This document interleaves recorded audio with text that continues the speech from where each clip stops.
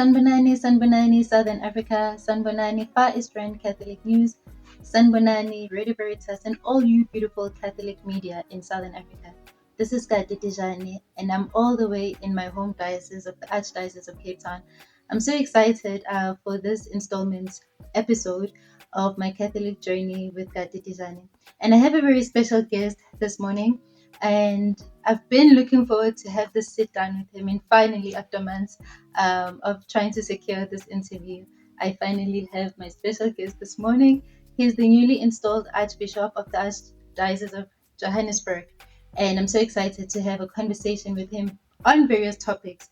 So we'll start with, his background, the importance of, vocations, as we need you young people to be our new priests and nuns.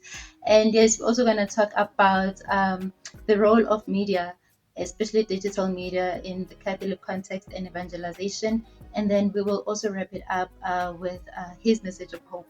So I'm just going to start from the beginning, just to show that I did my homework. I want to formally introduce you, Baba. Cardinal Stephen Brislin was born in Belgium in the Free State on the 24th of September 1956. So that day is also special because it also became Heritage Day. Correct. Yes. And so it's a very significant birthday that he has.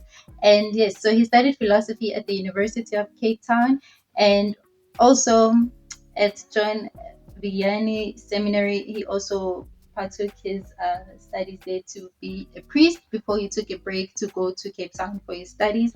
And then he also studied theology at the now closed Missionary Institute of Mill Hill in London, my dream city one day to visit.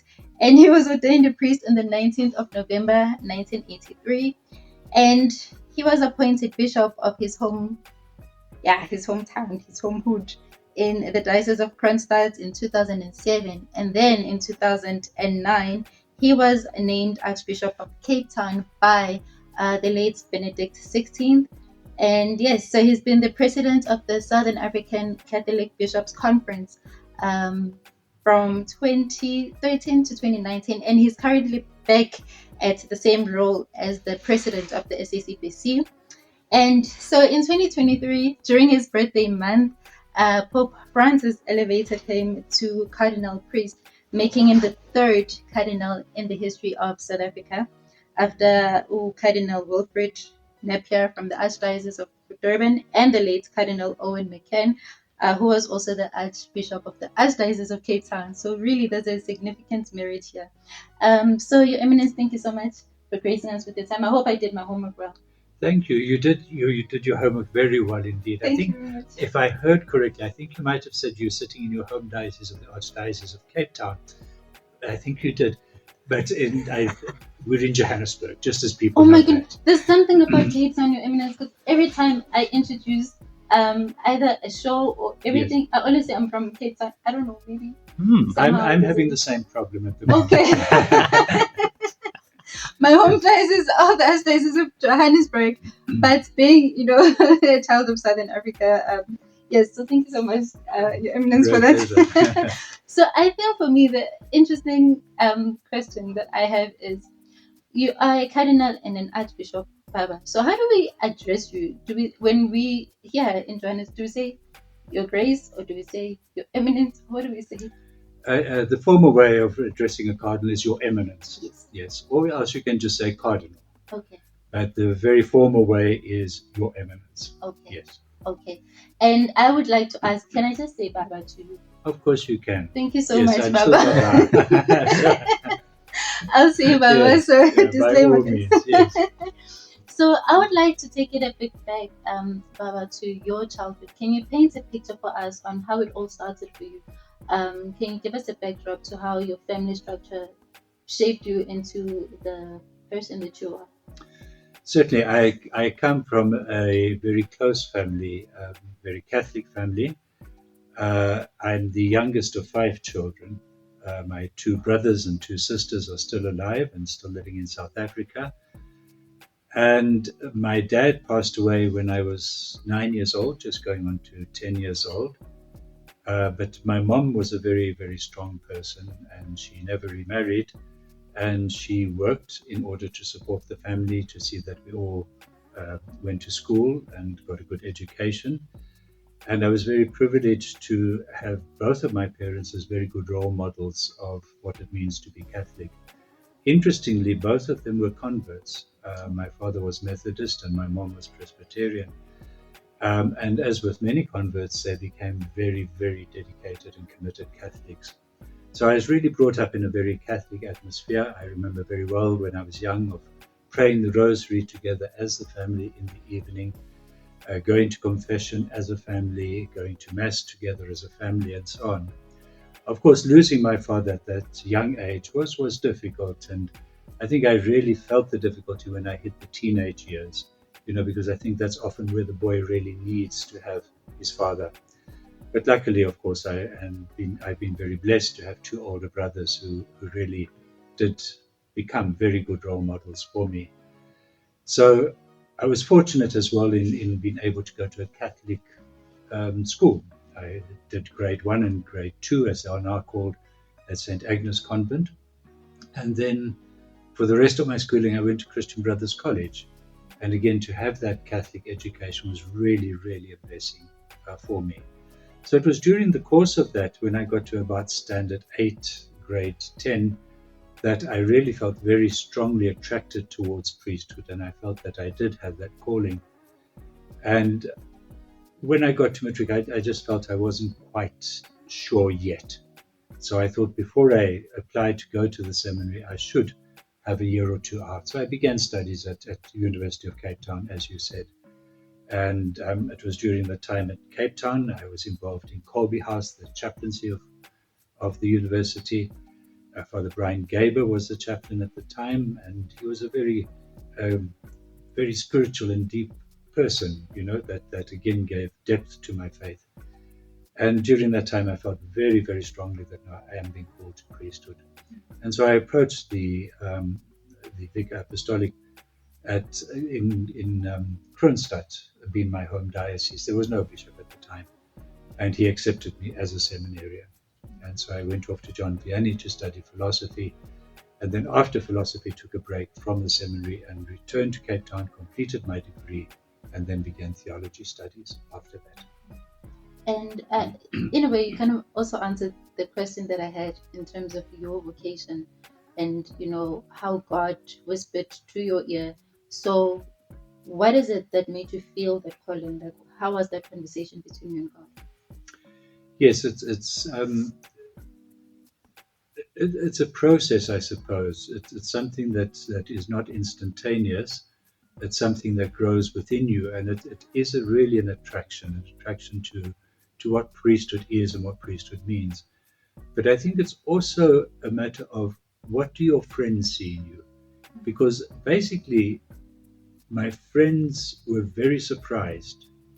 Not just my close friends, but those in class with me were very surprised when I didn't go to the seminary at the end of matric, because they somehow saw in me that they felt I was being called to priesthood. So I think it's also judging by what others see in you, and not only the attraction that you have towards priesthood. But I think it was a process. It's a matter of prayer. It's a matter of trying to discern, what is God's will, and do I have the gifts? Do I have the necessary capacity to be able to fulfill that role of being a priest? But ultimately, it is a risk, because it's always a risk. You can never have 100% certainty. A young man or a young woman can go into marriage believing that they're truly in love, and that it will be a beautiful and lasting marriage. But ultimately, it's still a risk. You never know what the future will bring. And we've got to be prepared to take a risk. But it must be a calculated risk, of course. Yes. And I really love that, because I was asking that in context of that young person right now discerning what their purpose is in life, Yes. or what they feel they are called to.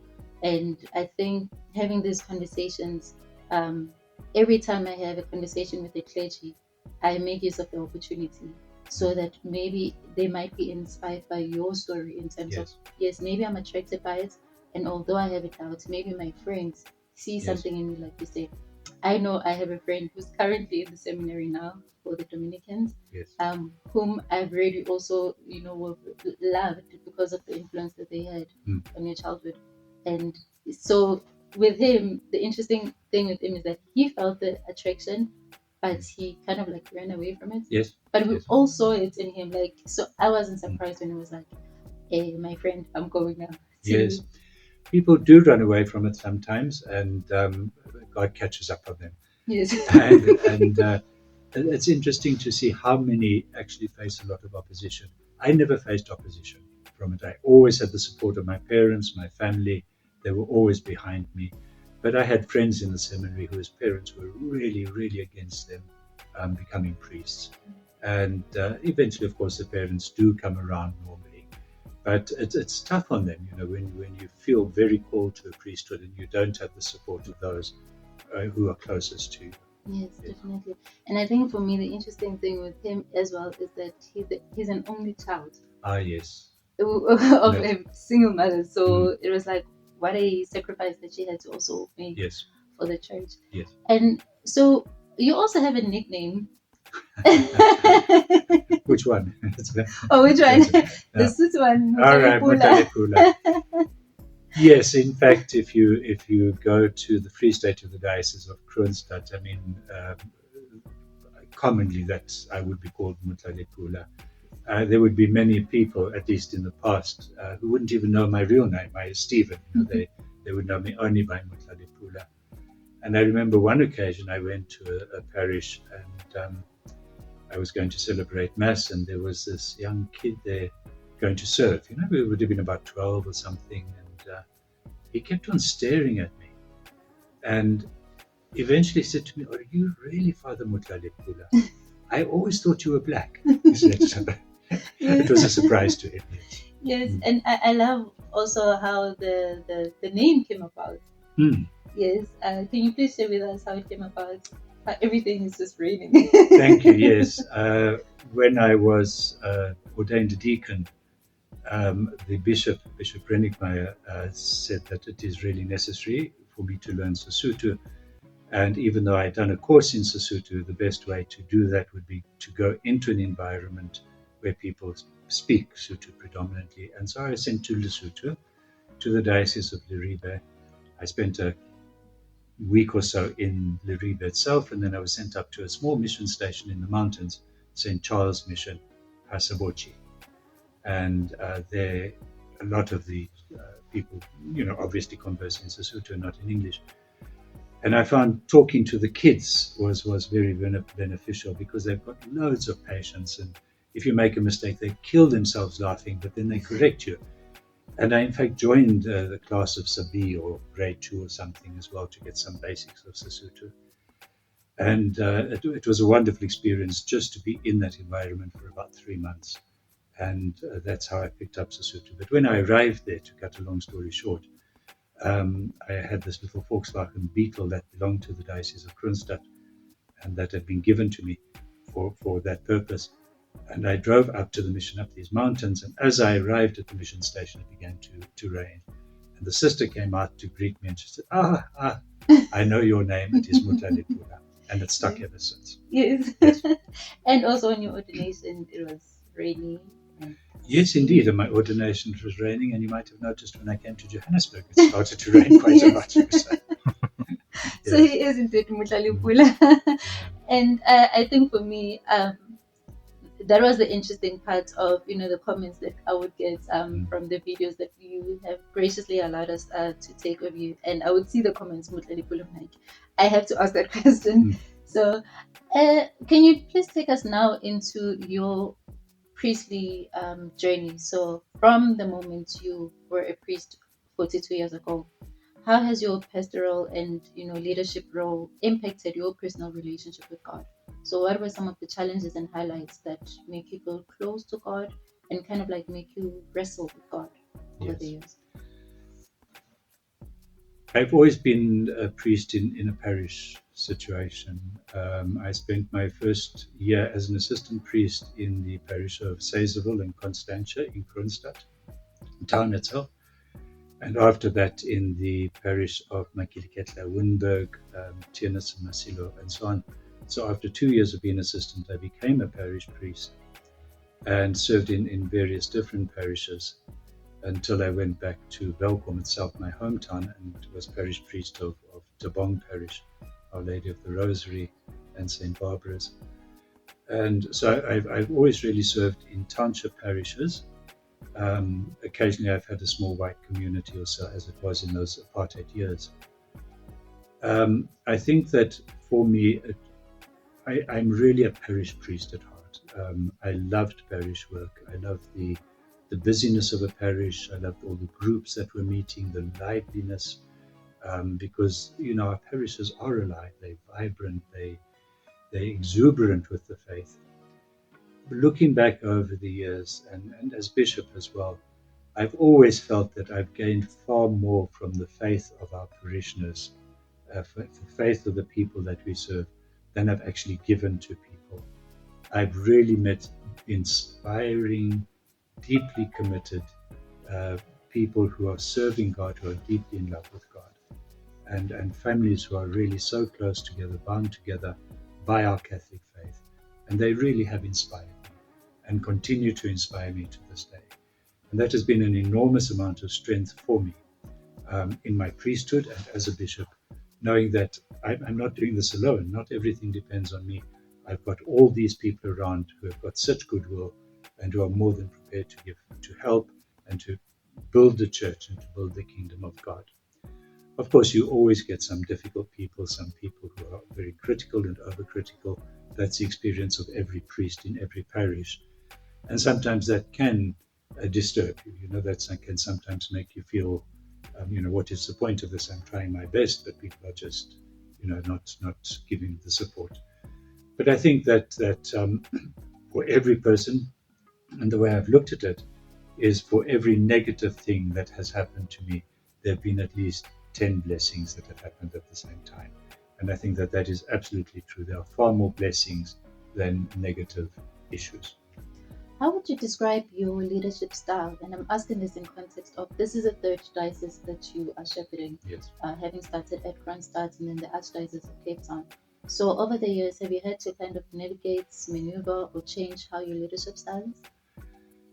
Yes, I think so. I think also age starts to mellow you a little bit, and also you've got a lot more experience, so things are not as daunting as they were at the beginning, probably. Um, how I describe my leadership style and how other people describe it might be two different things, of course. But how I see my leadership is really try to collaborate with as many people as possible, and to take into my confidence, for example, the College of Consultors, the Priest Council, and so on, and to understand that we are working together. We've all got our different roles. My role is to be bishop, but that does not exclude other people from leadership role and so on. So I think that is what I've tried to do, perhaps sometimes successfully, maybe not successfully sometimes, but to work with the priests who are my closest co-workers, to work with the deacons, the religious congregations who bring so much richness to a diocese. They come with their charism, and to work with the faithful. I mean, this is our church, and this is our mission to build the kingdom of God, and we must do it together. But we do it as people who have got different roles. Yes. And I think for me, the interesting thing is your appointments on the various dioceses. With Benedict XVI, I would like to think the appointments were they like formal and you kind of like knew about it, versus when you were made a college, versus Yes. when you were made a cardinal in 2023. Well, when I was made bishop of Kronstadt, there was no apostolic nuncio at that time. He had started the process and submitted it to Rome, but then he was transferred, and so there was a charge d'affaires, and he called me into the nunciature in Pretoria and sat me down and said, you have been appointed Bishop of Kronstadt. So I said, well, can I pray about it? And he said, certainly, there's a chapel. I'll be back in 15 minutes. Sure. So I prayed a lot. I opened the Bible. I read a few texts there, which were very encouraging and very inspiring. And then I said, no, that's fine. If the Holy Father has appointed me, then I will accept it. It is daunting, but it is also a service. I mean, it must be seen in the context of service. It's not a status, and I think Pope Francis has really tried to hit home on that.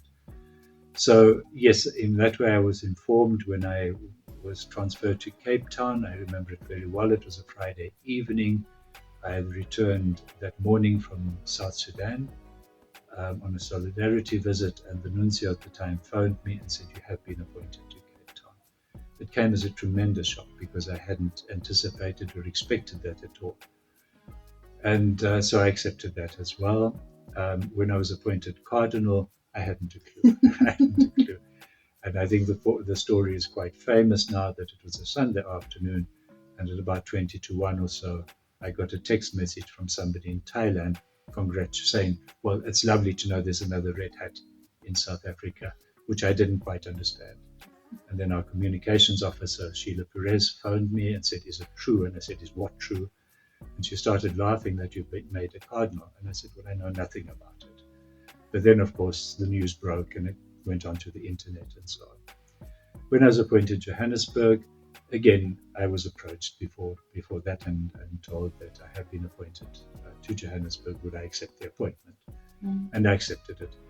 I think as priests, we take a vow of obedience, and unless there's a very real reason why you shouldn't accept something, our default position is to accept. Yes.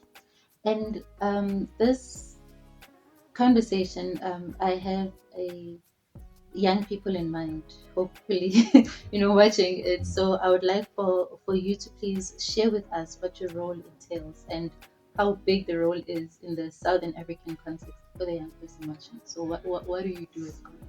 Thank you very much indeed. As a cardinal, let me start with as Archbishop of Johannesburg first. I think the role of the Archbishop is primarily a pastoral role. It is a role to ensure that parishioners are being well cared for pastorally and spiritually.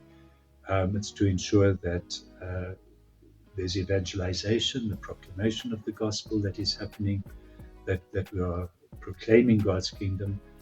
My role is to be conscious to the needs of priests and to keep as best as possible priests united in a common cause, to keep people united as much as possible, to build unity, to build the bonds of community among the Catholic faithful.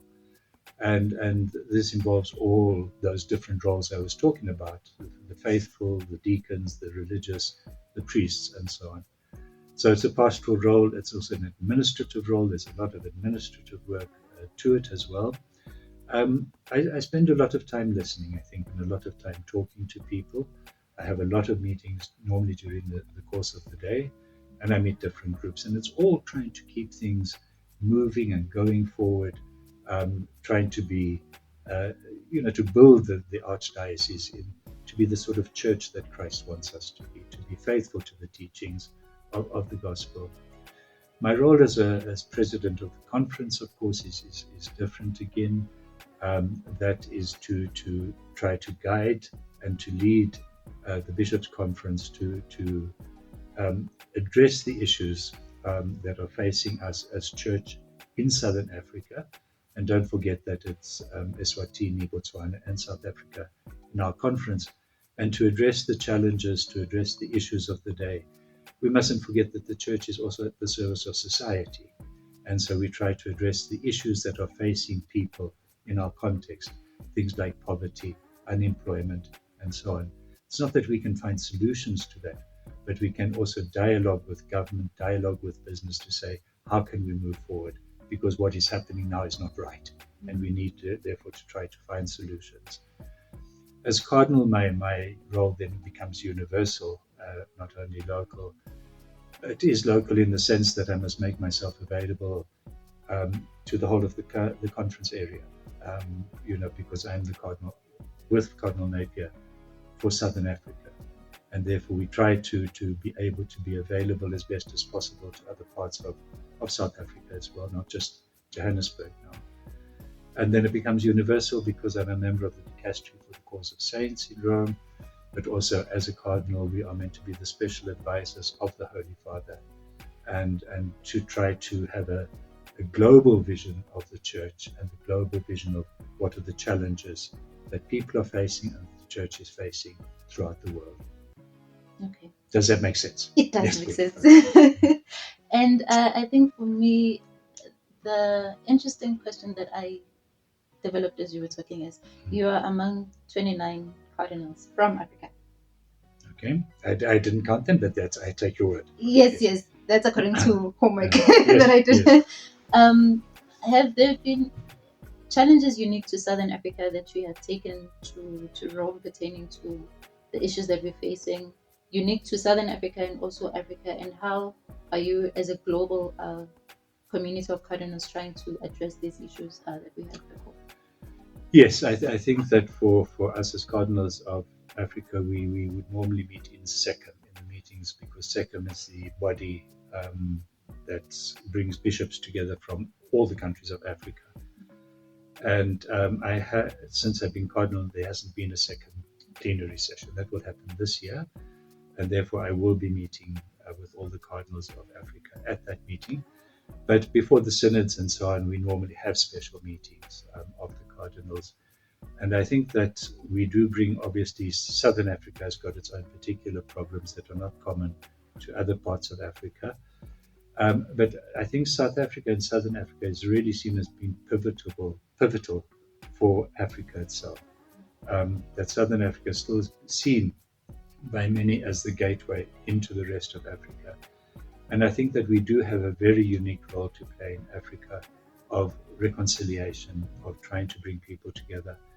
The story of South Africa is a miracle, of where we come from colonialism and from apartheid, and where we are now. Despite all our many problems now, we are an example to the whole world of reconciliation and of being able to find a political solution and a human solution, in a sense, to the discrimination that took place. And it's not over yet. Of course, it's a story that continues. But we must thank God for the blessings that we have received. And we can offer this, I think, to many other countries. I think it's very important for us as Africans to be able to bring the African story, if you like, and the African perspective of society into the global picture. Because, I think it's quite clear that the global world, and this affects the church and impacts on the church, is really dominated by Western countries and a Western point of view. And I think that Africa has a very good perspective to offer to the world that brings a certain sense of humanity, a certain sense of compassion that is not lacking in the Western world, but that we have a special take on it. So I think we do really have something to offer. And if you see what's happening in the world today, it's gone into a fair amount of chaos at the moment. And I think that we should respond as Africans. And so the dicastery of the causes of saints. Yes. You were told by a sister in Cape Town that you should start now jotting down your own journey to sainthood. But with that said, can you share with us what that role entails? And when it comes to the beatification of Blessed Benedictus, Yes. I think that's a very important conversation. We are celebrating 10 years of his beatification, yes. 35 years of his martyrdom this year in 2025. Can you share with us what your role entails? And then if you can maybe give us updates on that cause to sainthood. Yes. So the Dicastery for Cause of Saints, for Saints, is a dicastery that meets to examine all those promotions, proposals that come from all over the world for people who have led good and holy and saintly lives. And for a cause of a saint, there's normally a procurator or proposer of the cause. And it involves a lot of testimonies that have got to be gathered together in big volumes of books. Testimonies, a lot of details, and so on. And these go through an examination. They go through a lot of prayerfulness and so on to see whether a person is worthy of beatification or worthy of canonization. So it's quite a long process. Talking about Benedict Daswa, of course, I'm rather biased about it, so I'm sure that I won't be included in a lot of those discussions. But it is a cause that we really believe in, and we certainly pray and hope that soon means a few years, that Blessed Benedict Daswa will be canonized a saint. I know the Diocese of Tsenin is very busy on the case, and because he is a martyr and because it has been a miracle, that miracle now must go uh, to be examined by medical expertise. And I think that if I understand correctly, the first process that it will be submitted to three professional medical personnel, doctors, who are really professional. If one of them agrees that this could have been a miraculous healing, then it will go to a much bigger panel of medical expertise. And eventually, if the doctors agree that actually there is no natural explanation for this healing, then the person would be possibly declared a saint and canonized. We hope for Yes, that to happen in our we lives. really must pray, and I appeal to all of your viewers. Let's pray for this very, very hard. That Blessed Benedict Daswa will be canonized a saint. It would do absolute wonders for our country. And speaking of saints, would you share with us your patron saint and why? Yes. Well, of course, Stephen would be my patron saint. My confirmation name is Peter, and I've adopted quite a number of saints. I suppose when I was um, told that I would be Bishop of Kroonstad, I asked Saint Matthew to be my patron saint for my episcopacy. The reason I chose Saint Matthew is because when I read one of the texts, it was about the scene of it is not those who are healthy who need the doctor; it is those who are sick. And Christ has come not for the righteous but for sinners. And that gave me a lot of confidence in my episcopacy to say that even though I don't feel worthy of it, and even though I'm very aware of my shortcomings and my failures, nonetheless, God works through earthenware vessels, as St. Paul says. But there have been others that I've chosen as well: St. Catherine of Siena, St. Teresa of Avila, um, St. Charles Borromeo, as a great reformer of the pastoral work of the church. Um, Also, I would like to now delve into the conversation of young people.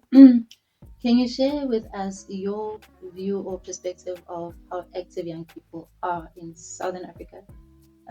Maybe particularly in South Africa. What are your views on, the activeness of young people, and what are the areas of improvements that we should maybe consider? South Africa is blessed, like the rest of Africa, that we are a very young church, a very vibrant young people in our parishes, and it's always a joy to see the exuberance and the participation of young people in the liturgy. Throughout my priesthood and as a bishop, I've met some extraordinary young people, very inspiring young people who really love their faith, who love the church, and who want to make a difference, and who are very active not only in the church but in society as well. And truly, I've been inspired by so many young people. I think as a church, we've got to be very cognizant of the fact that we must be very careful not to block um, the giftedness of young people, because sometimes, we tend to say, well, things have always been done in this way, therefore we must continue in this way. And so we close ourselves off to new ideas, new suggestions. Also, sometimes young people feel that they can't participate fully in church because there've been others who've been doing a certain role for years and years and years. Um, and it's that's not wrong in a sense, but we've got to make space for young people, and we've got to incorporate them, and let them play their role. So I think we've really got to look at that very closely as a church, of how can we encourage young people to get involved and to give them the space to be involved.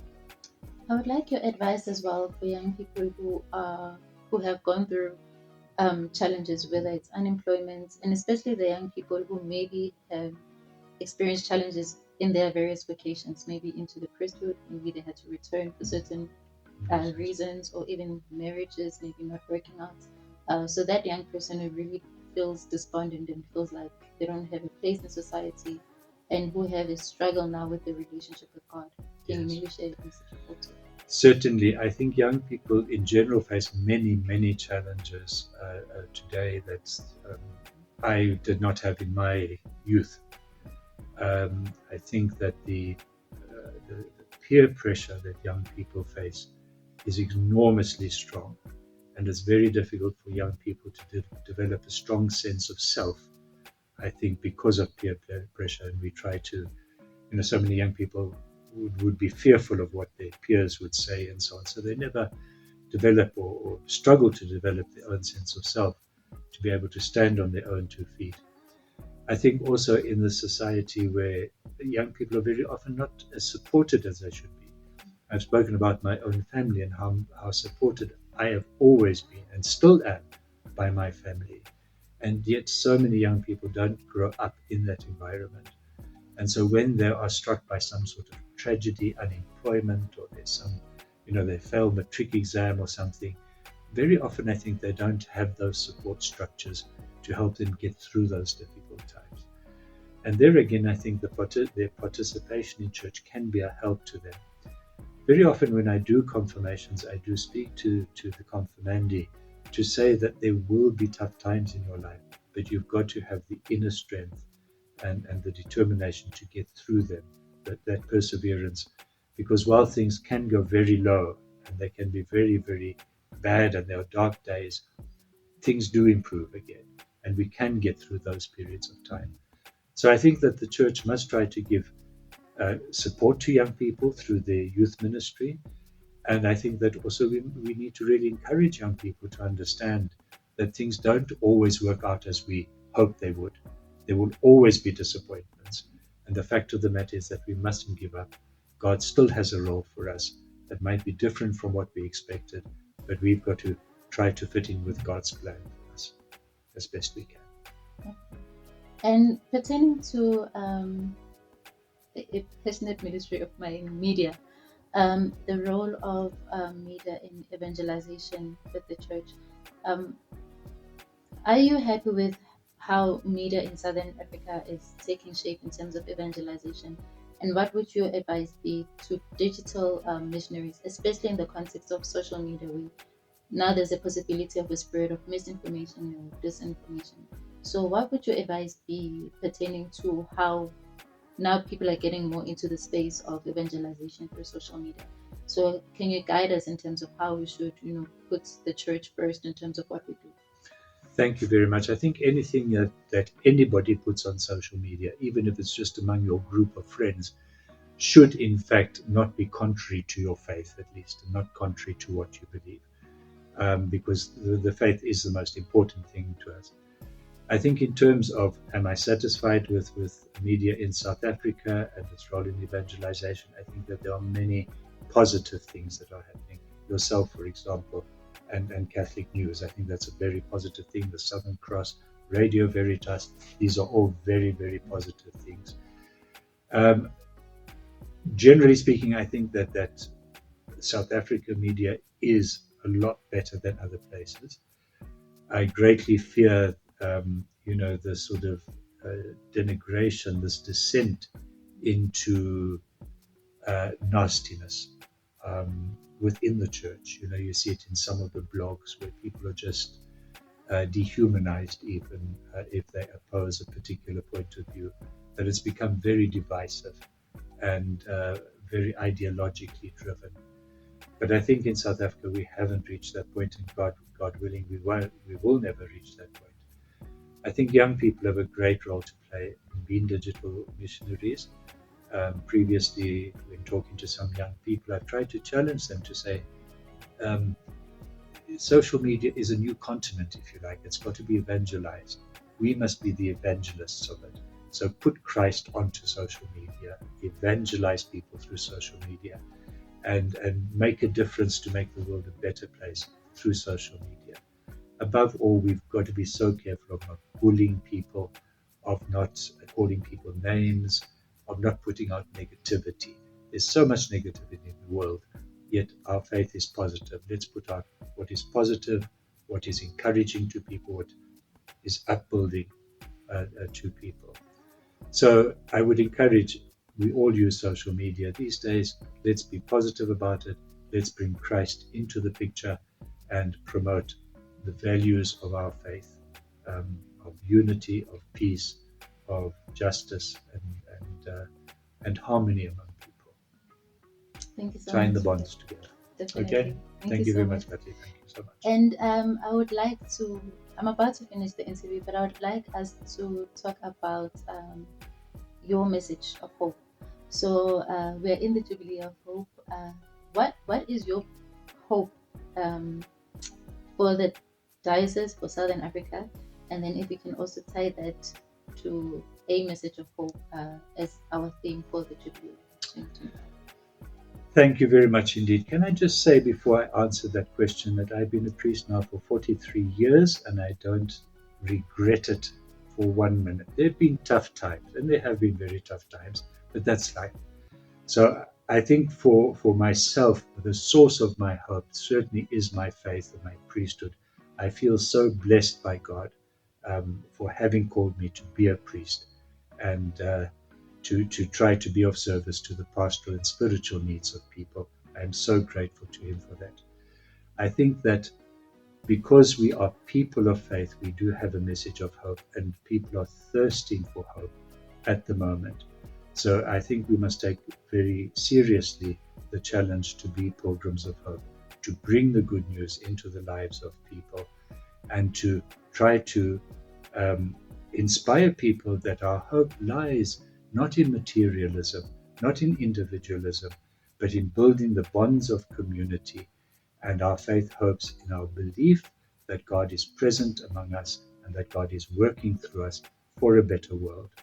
We can only have hope if we are not focusing on ourselves and our own needs and our own desires and our own ambitions, if you like, but we've got to be outward looking, turning to those and recognizing the needs that they have and trying to say, how can I make a difference in their lives?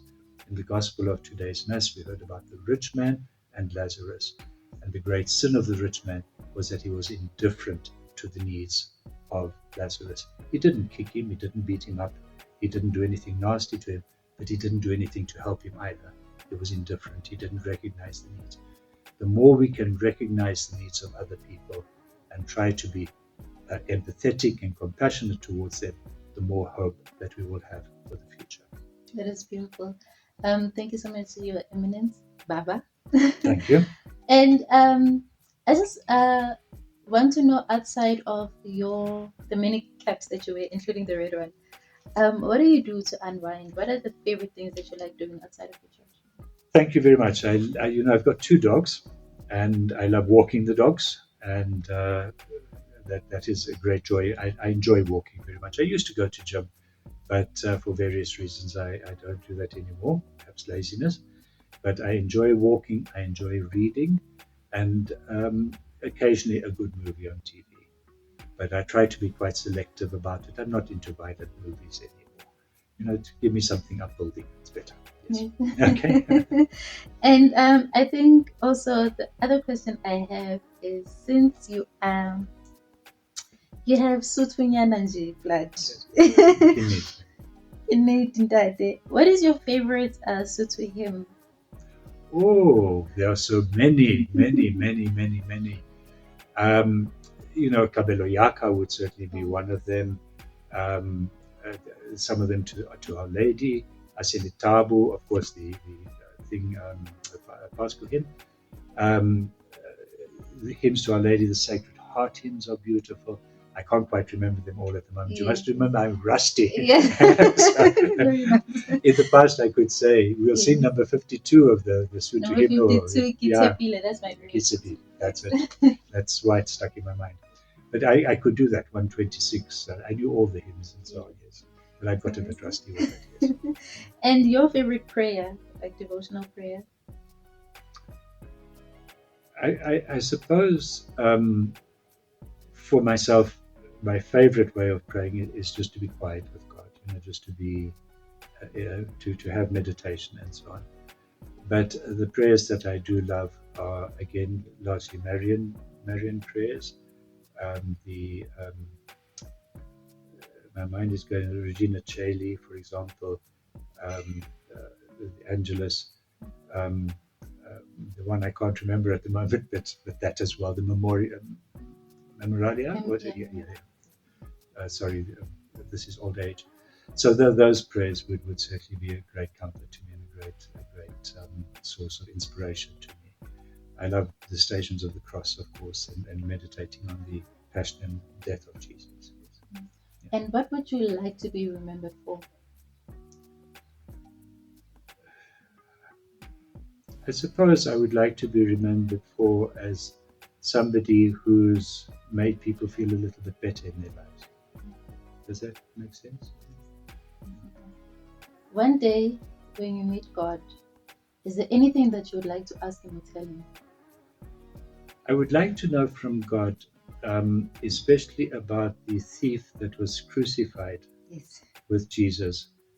I would like to meet that thief, because while people recognized so much about the goodness of Jesus and his divinity when he did miracles, when he fed the 5,000 and so on, when he preached, and they thought, wow, this guy really is the Son of God. How did that thief recognize him to be Son of God when he was on the cross and dying? But it was at that point he recognized the divinity of Jesus, whereas all of his followers had left by that stage, apart from Mary and the woman and St. John at the foot of the cross. Others had deserted Jesus because they thought it was all over. But that thief, the one thief, looked at Jesus and recognized the Son of God as he was dying, tortured, beaten. Yeah. That is so beautiful. I mean, I don't know. I just want to hug him. I don't have anything. Yes. I just want to hug him and say, finally, exactly. No, that's beautiful. Yes. And I think for me, I would like us to wrap up this conversation with your, is it Episcopal, English, Episcopal motto? Yes. Is it Caritas? Veritas in Caritatem. Yes. The encyclical of Saint of Pope Benedict was turned it around and made it Caritas in Veritate. I think the actual biblical one is Veritas in Caritate. So we must speak and proclaim the truth at all times. The truth can be very harsh, and so we must always proclaim the truth in love. That is meant to help people. It's meant to guide people into the right path, but we must never forget compassion towards people, and that very often people do struggle. People struggle with themselves, they struggle with circumstances. It's not always easy to live by the truth. So while we proclaim the truth, we've also got to be compassionate enough to help people to live the truth. Thank you very much for this great conversation. Okay, thank you very much. I really certainly had a great time getting to know more about our new Archbishop in the Archdiocese of Johannesburg. So really, young people out there watching this episode, I really hope you are inspired to use your talents and your passion for the service of the church and for God. And I really hope that you will find inspiration to find God, especially in the midst of your challenges. Until the next episode, please be on the lookout across all our social media platforms. Do support all the Catholic media that we have as we aim to bring God's good news to you. So thank you so much for tuning in. God bless. Take care. God bless you all. Thank you very much indeed.